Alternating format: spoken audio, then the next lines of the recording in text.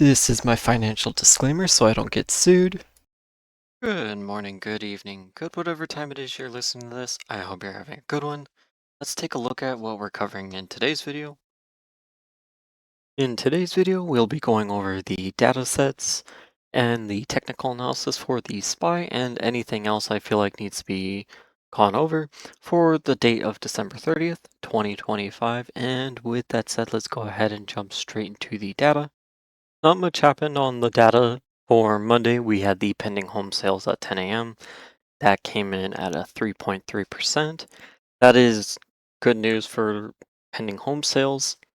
For the grand scheme of the mortgage market, it's just one data set. They did have a revision, as you can see from the last data set. That was fairly high, and the forecast was only at a 1%. So they were expecting a decline compared to the increase we got. So take that for what it is. I have no bets on that market or anything right now. Now, going into tomorrow, we do have the housing indexes at 9 a.m. I don't really think they'll move the market too much unless there's some absurd print that's out of, you know, the forecast for that market. I don't really expect anything to come from those. Now, there is the Chicago PMI at 9:45 a.m. That will be fairly important just because this week doesn't have a lot of data. Essentially, we have the Chicago PMI, we have the jobless claims, and then we have the manufacturing PMI and construction spending. So, not a lot of data this week. It's kind of a relaxed week. And so, yeah, for Wednesday, I'm not really expecting a whole lot either. The Chicago PMI definitely can move the market, um, just because, again, there's really not a whole lot of data this week. But yeah, that's the data. I do want to go into kind of what's going on with the SOFR market really quick, though, before we go into the technical analysis. Been seeing the Fed repo being used quite heavily over the last just few trading sessions. Um, as of today, we saw almost 26 billion worth of the repo used. Uh, This is a little chart, but I'm going to show you a different chart in a couple moments. But on the 26th, there was, let's see, a total of, again, almost 26 billion. There's another one, operation, or no, that was the, excuse me, the 26th is the 29th. Um, on the 26th here, there's another repo operation for 18 or for 17.2 billion. And then going back to, the middle of the month, on the 15th, we had almost 17 billion used. Now, in the grand scheme of things, this doesn't matter a whole lot, but this next chart is going to kind of show why that matters. Now, this is a 2-year chart, and this is really going to kind of highlight when the Fed started cutting rates. Now, we have a bunch of different colors here, and I apologize if you're colorblind, but I will go through kind of what's important on this line. Now, what we're looking at here isn't the effective federal funds rate, even though that's what it says in the title right here. That's the orange line on this chart. That's what the effective federal interest rate is. That's what the Fed sets the rate at. Whether they cut, hike, or neutral, that's what the rate is. The yellow is the overnight SOFR, and that's going to be important in just a moment. But there's two other ranges here that is important, is the upper and lower bounds of the federal funds rate. So the blue up here is basically you don't want to see anything crossing above that. If anything crosses above that, that's really, really bad. That shows that there's basically heavy monetary constrictions, that the Fed has to release money into the market to open up collateral.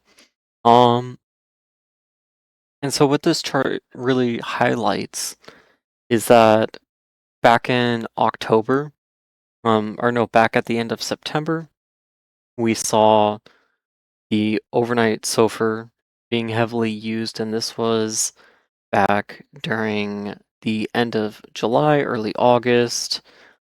We saw it being used just a little bit during that range. This is the 2024.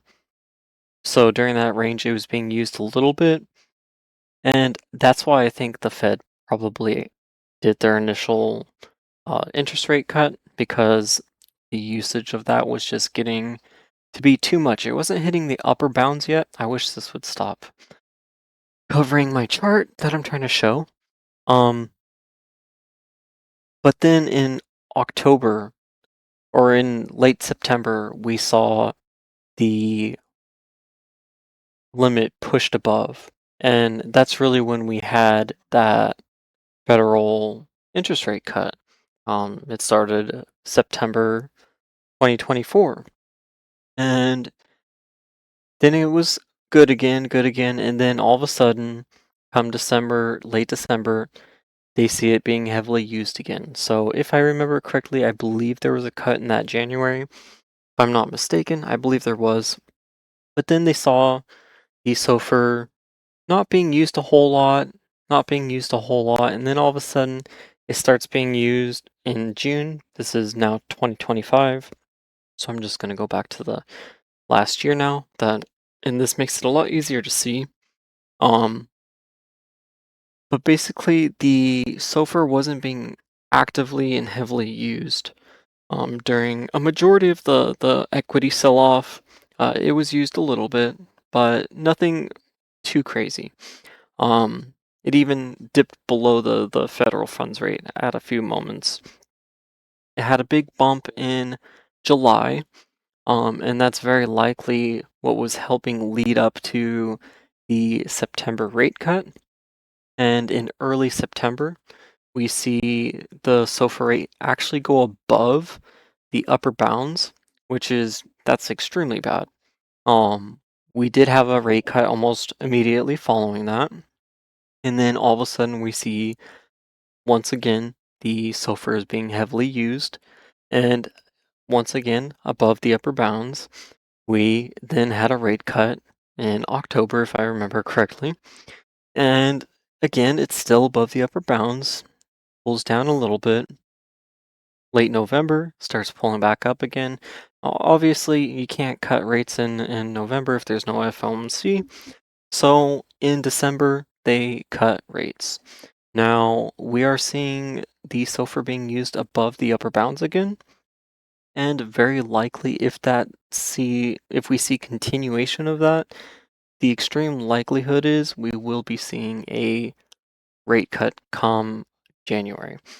Now, currently the CME is projecting about a 17.2% chance of a rate cut come the meeting on January 28th. Now, kind of the same thing we talked about in the late November, early December, is that I heavily anticipate this rate pulling up, almost to the 80-90% by the time the meeting comes. This rate will be heavily influenced by seeing active usage in the SOFR above the upper bounds of the federal interest rate. It's extremely bad. Every time we see the Fed essentially forced into cutting rates. So, very likely, now that we're seeing it continually being used at the end of the month, again, we're only a day and a half from the new year now. Not exactly the best time to be digging into the SOFR, but we're seeing a lot of money being used on that, so it's extremely likely that over the month of January, obviously we have quite a while until the 28th, but closer to the 28th, we should see the rate cut coming in for the 25 basis points, January's FOMC.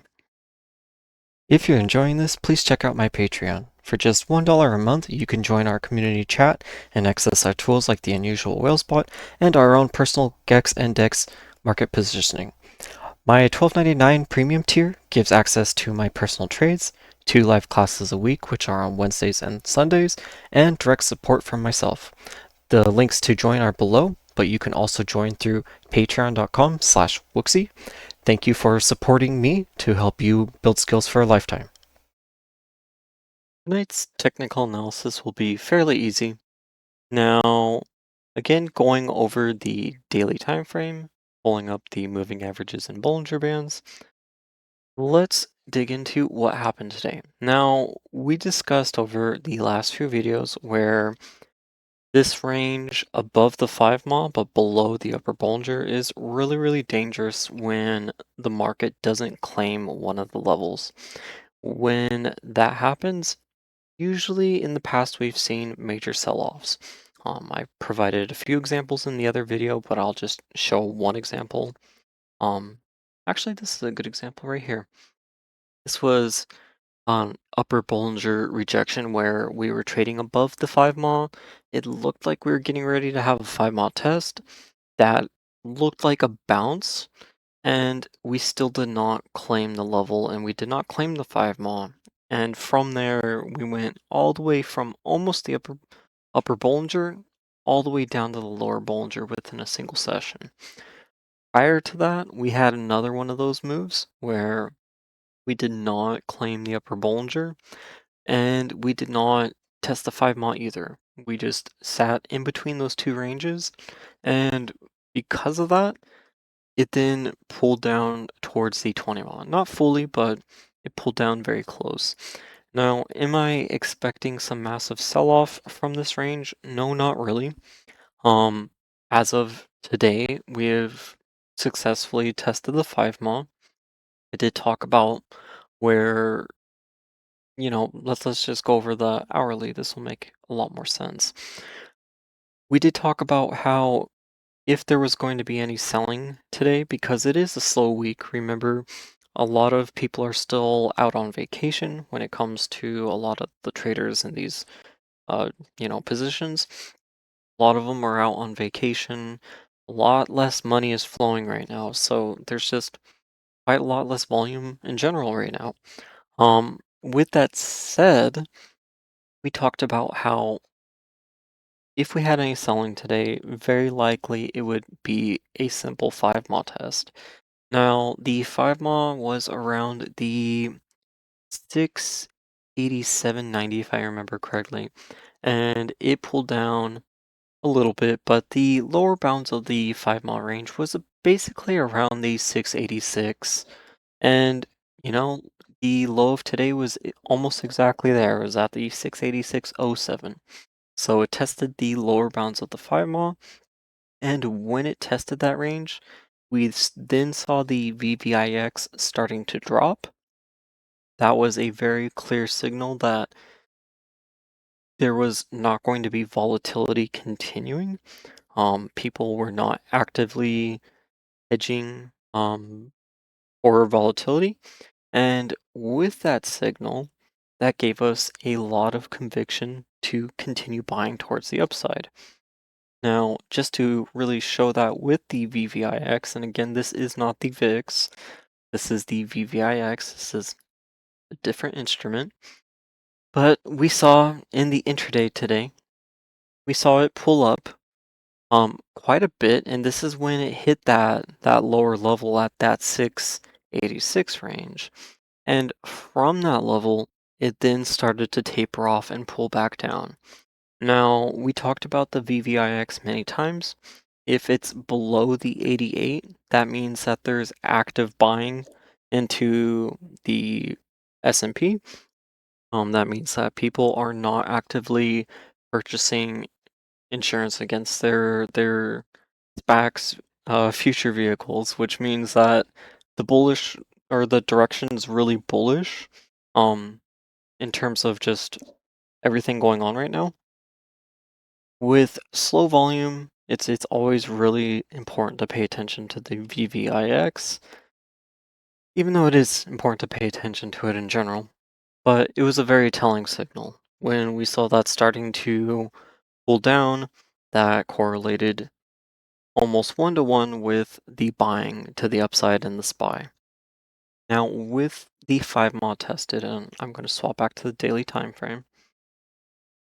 With the 5 mod tested, that does give us a couple different options of where the market is going to head. Now, there's a very good argument that with this 5 mod test, we can head back up to the upper Bollinger, but really, this 5 mod test allows us to head up to the upper Bollinger or back down to the 20 mod. So if there is going to be some continued selling, for example, if something is happening with the back end credit or the SOFR, if collateral is drying up and there's, a lot of the yen carry trade stuff going on because that is still very much in play. If you watch my TLT video I posted, I believe I talked about that if I'm not mistaken. Um, but that's very much in effect and it hasn't unwound yet. It will unwind. It's being manufactured to unwind, but it's not there yet. Um, if that starts to unwind, obviously that can cause quite heavy selling. We have not seen the selling yet. Um, Obviously, you're going to have to watch the VVIX in the morning to really see if we're going to be selling off from this range towards the 20 mile. We do have the 10 mile and the 20 mile consolidated directly on top of each other, and they have been for almost 5 sessions now. So not exactly a good thing.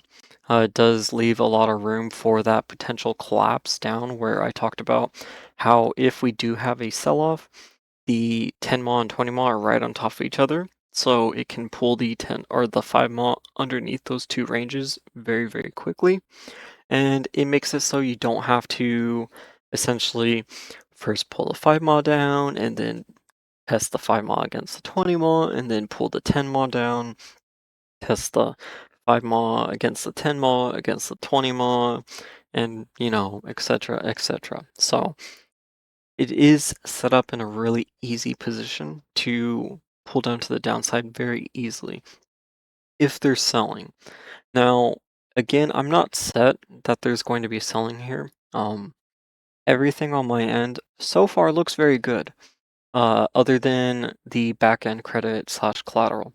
That does look a little weak, and we are hearing a lot of hawkishness from the Bank of Japan. They're talking about needing to raise the interest rates quite a bit, and potentially even raise it again come January. From all of my math and everything, I assume they probably have to raise their interest rates another 0.75, which, 75 basis points in total. Will that be 3 total hikes of 25 basis points each? Or do they just pull the plug and do a 50 followed by a 25 or something like that? I don't know. We'll see. But that's definitely going to be a topic in the market again very, very soon here. Because that did not unwind. It just kind of kicked the can down the road a little bit and tightened the situation while doing it. So, um, be very cautious of that. But besides that, everything looks very good to see, a decent inflow of money into the new year. Um, with that said, going over kind of the grand scheme of what I'm anticipating out of the SPY right now, over the next 2 weeks, I really do expect this upper Bollinger to be pushed. And from that push, very likely over the next few months, we see some consolidation. Um, Generally, these are times of low volume, not exactly heavy selling, but there is a lot of historical, data sets that do show that there is a lot of selling in the spring. There's generally a lot of weight entering into small caps, which again, that kind of goes hand in hand with selling, mega caps or, mags to get into those smaller cap stuff. So just be aware of that. Now, today we did see a pretty decent day in TLT, going along with everything else I've been talking about with the tightness and the collateral and everything else.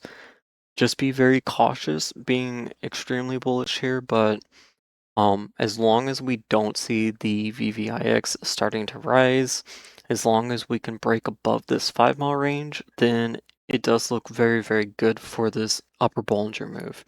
With the 20 mile still pulling upward, that upper Bollinger is slowly starting to expand back up to the upside again. You can see that it closed down, the upper Bollinger or the lower Bollinger closed inward as well, and now they're both expanding back outward again. So it's starting to price in a large move again. Now, that large move very likely will take us into the 700 territory.